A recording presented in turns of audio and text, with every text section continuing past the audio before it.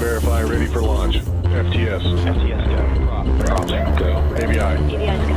10, 9, 8, 7, 6, 5, 4, 3, 2, 1.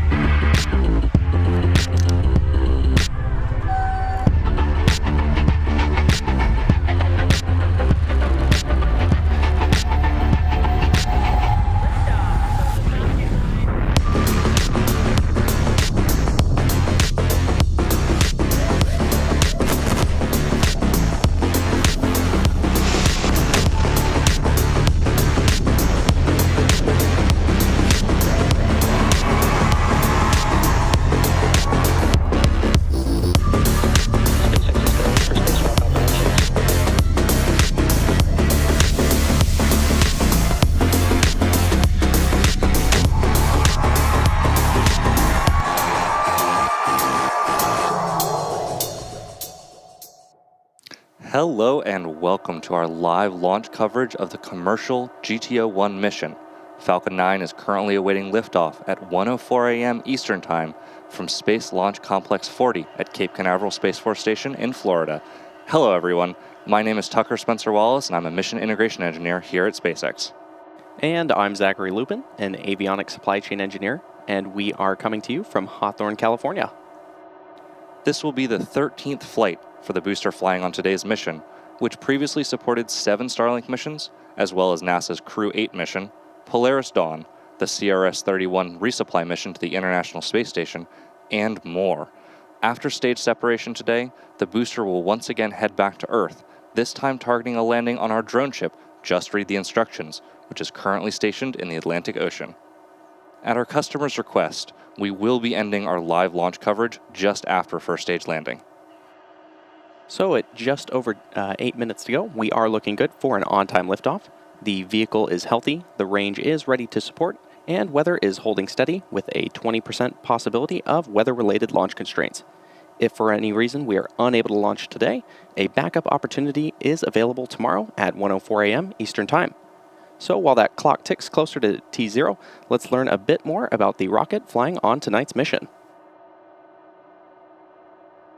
That's Falcon 9 there on your screen, a 2-stage rocket that is 229 feet tall and getting ready for liftoff in just about 7 minutes and 40 seconds from now.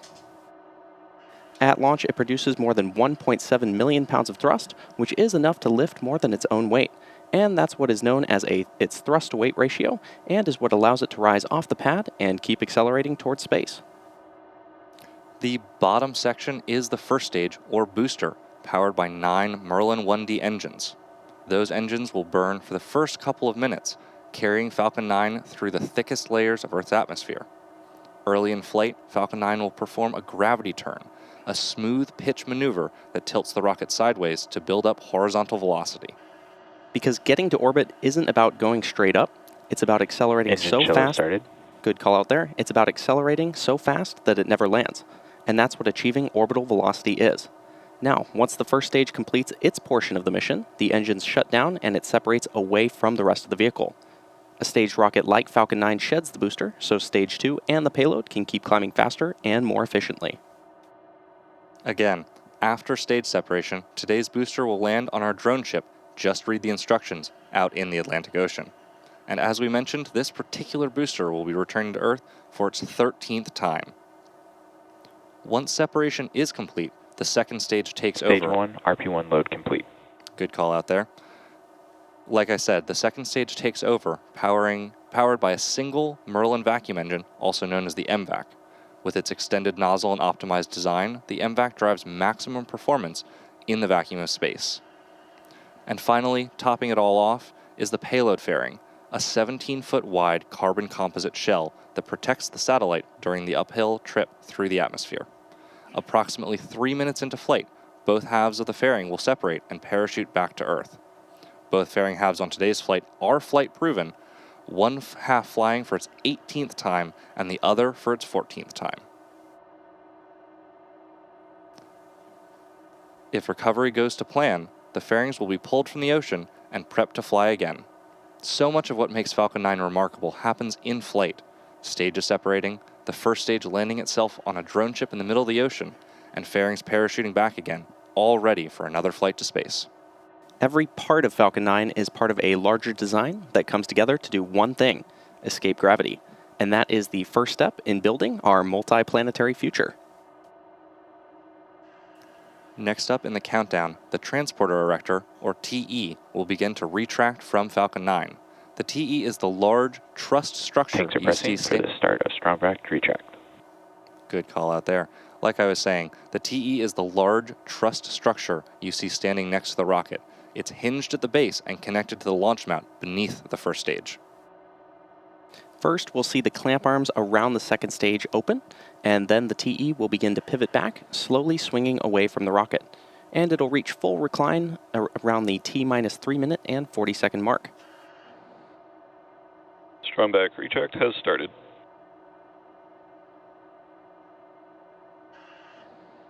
And good call out there. While we definitely see some white clouds around the vehicle, those clamp arms are beginning to open around the Falcon 9 second stage. Now you may also hear it called the strongback. Same structure, different name. And the TE does a lot more than lean. It rolls Falcon 9 out to the pad, raises it vertical, and stays connected through the final seconds. It provides fuel, power, telemetry, and command connections between ground systems and the rocket.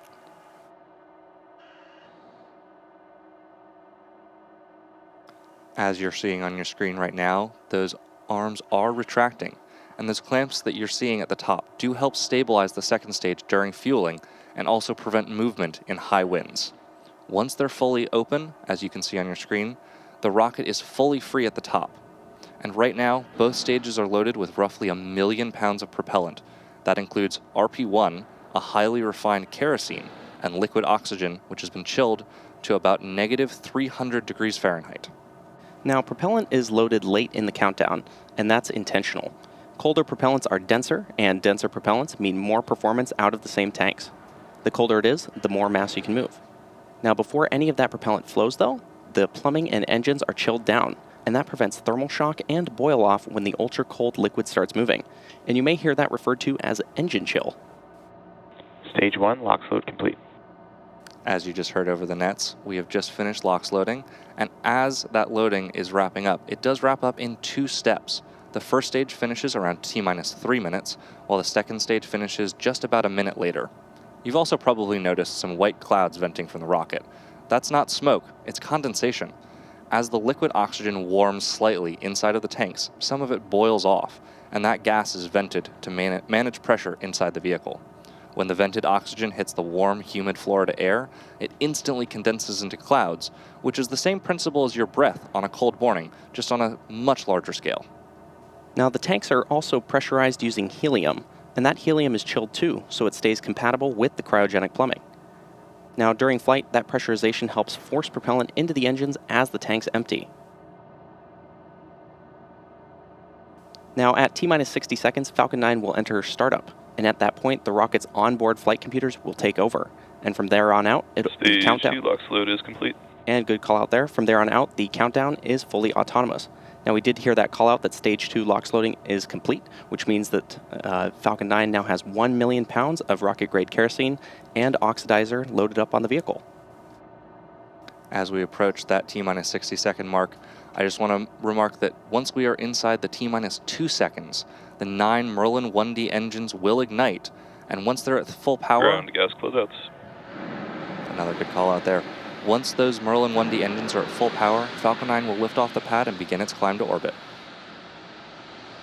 As of now, the payload remains healthy, the rocket is tracking no issues, weather is green, and the range is clear to support our scheduled liftoff at 1:04 a.m. Eastern Time, just over a minute away. With that, Falcon 9 is fueled, fully fueled, just about to enter startup, and headed into the final minute before launch. Falcon 9 is in startup. And there's that call out that Falcon 9 is in startup. We're now waiting for the final go from our launch director for today's mission.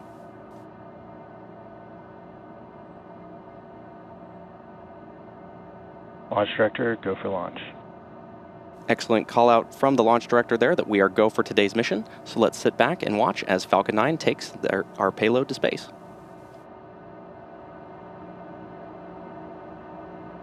T-minus 30 seconds.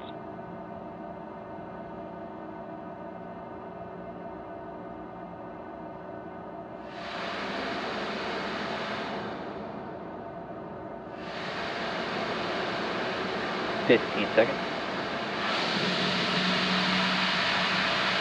T-minus 10, 9, 8, 7, 6, 5, 4, 3, 2, 1. Ignition, engines full power, and liftoff. Go SpaceX, go commercial GTO-1.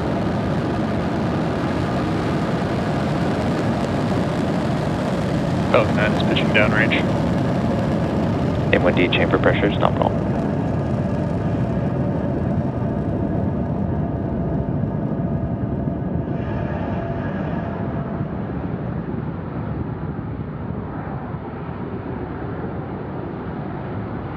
At T plus 30 seconds and counting, Falcon 9 has successfully lifted off from Space Launch Complex 40 at Cape Canaveral Space Force Station. During ascent, we tilt or gimbal the engines on the booster, and that turns the rocket horizontally, a maneuver known as a gravity turn. So the Power and telemetry nominal. healthy call out there from the rocket. As the rocket is still going up, it is also now heading horizontally away from the launch pad. And moments ago, we throttled the engines Falcon down. 9 is supersonic. We throttled the engines down on the first stage in preparation for max Q, or maximum aerodynamic pressure. This is a critical moment during flight because the combined stresses caused by Falcon 9 accelerating through the atmosphere and the ambient static pressure are at their Max greatest. Q. And there's that call out for max Q. Now the rocket typically needs to go about 17,500 miles per hour horizontally in order to avoid being pulled back down to Earth and get into orbit. You can track our progress to orbit by keeping an eye on the Stage 1 telemetry in the bottom of your screen. Now we have several events coming up in quick succession. Main engine cutoff, or MECO. Ambactual has started. Good call out. Stage separation, second engine start 1, or SES1, and fairing separation. And just as a reminder, we will not have any Stage 2 views today, including separation, and the remainder of our webcast will follow the Falcon 9 booster's return to Earth. Now, main engine cutoff, or MECO, is where all 9 Merlin 1D engines shut down to slow the vehicle down in preparation for stage separation, which is where the first stage separates from the second stage. Followed by this, the MVAC engine on the second stage will light. Trajectory nominal. Good call out there. And the second stage will light, which is called out as second engine start 1, or SES1. This engine burn will propel the second stage and the payload to orbit. In addition to these 3 major events, the fairing halves will separate shortly after SES1, though again, as we mentioned, we will not be seeing that tonight.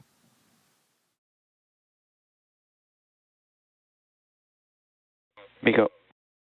As you just heard, we've just passed through many... Stage separation confirmed. Excellent call-outs coming in here from the nets. MVAC ignition. And good callouts there. Now coming up in just a few moments, we should be hearing a callout for fairing separation. Now both fairing halves on today's mission are flight proven, with one half flying for its 18th time and the other for its 14th time. And these will be retrieved by our recovery vessel Bob once they fall back down to Earth.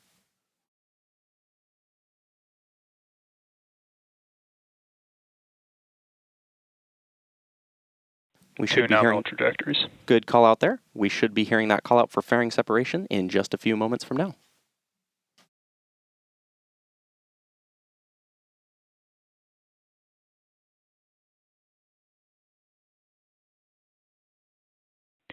Fairing separation confirmed. And good call out there for fairing separation. We are now at 3 minutes and 40 seconds into today's mission, with the next major milestone coming up just past the T+6 minute mark, which will be the first stage entry burn. For this entry burn, we'll relight 3 of the M1D engines on the first stage, starting with the center E9 engine, followed shortly after by the E1 and E5 engines. This helps slow down the vehicle as the rocket passes into the Earth's denser lower atmosphere, and we need to slow the rocket down to reduce the re-entry forces, which ultimately helps us recover and reuse the first stage. Now, during the entry burn, Falcon 9 is decelerating by firing its Merlin engines, but the vehicle is still moving really fast, and this causes the vehicle to fly through Merlin's exhaust gases, and this deposits a layer of soot on the vehicle surface, which is why our flight-proven vehicles look the way they do. And that soot comes from the carbon-based fuel that Falcon 9 uses. Now, while we do have some pretty grainy views right now because it is so dark with the cameras from the booster, you can keep an eye on the speed and altitude of the booster at the bottom left-hand corner of your screen. As we continue to make our way towards that entry burn, I want to take a couple moments here to talk about reusability, which is key to lowering the cost of spaceflight, which in turn enables more investment in critical scientific research. The Falcon 9 first stage that is supporting today's mission is flying for its 13th time, and while this booster is only on its 13th trip to space, we're working toward qualifying our fleet of Falcon boosters and fairings to support 40 missions each. And for those following along, we're currently at 29 flights of a single Falcon booster, which is absolutely phenomenal. Increasing Falcon's flight count provides valuable information and repeated reuse, which is a critical element for making life multiplanetary. Now we're just about 40 seconds away from the beginning of the entry burn. So keep your eyes peeled on that screen and watch the telemetry at the bottom of your screen where you'll see the graphics light up as the engines do.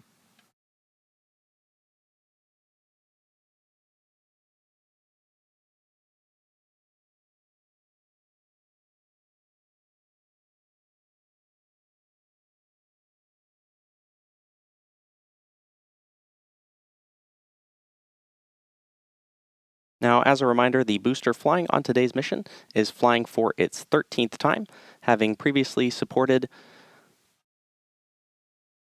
NASA's Crew 8 mission, Polaris Dawn, the CRS-31 mission to the International Space entry burn startup to the International Space Station, and Stage more. 1 FTS has safed. And there's that call out for the entry burn startup on the Falcon 9 first stage.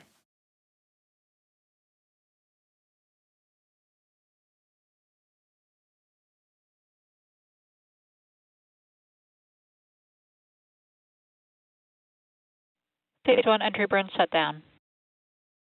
And good call out there for entry burn shutdown of the Falcon 9 first stage. Now, the Merlin engines on the Falcon first stage. Remain nominal. Good call out there. The Merlin engines on the Falcon first stage are optimized for sea level, and these achieve 190,000 pounds of thrust during ascent and descent. The single MVAC engine on the second stage has a much wider nozzle and is optimized to operate in space, producing 220,500 pounds of thrust in vacuum. Coming up in about 40 seconds from now, we should be hearing a call out for SECO-1, which will be the shutdown of the second stage MVAC engine. As a reminder, though, we will not have views of this milestone at the request of our customer. Stage 2 has entered terminal guidance. And good call out there. Now, immediately after that SECO-1 call out, we should have startup of the landing burn on the Falcon 9 first stage. Now, the landing burn is the final burn of the Stage Falcon. 1 transonic. Another good call out there. The landing burn is the final burn of the Falcon 9 booster, used to reduce the remaining speed of the vehicle in order to allow for a precision Stage landing. 2, FTS has safed. Another good call out there. And that landing burn is to allow for a precision landing on our drone ship. We should be hearing that call out for the first stage landing burn in just a few moments from now. Seagull. Stage 1 landing burn. And we are now waiting for Falcon 9 to land on our drone ship. Just read the instructions. Nominal orbit insertion. Great call-outs there from the second stage while we're watching the first stage land. Landing leg deploy.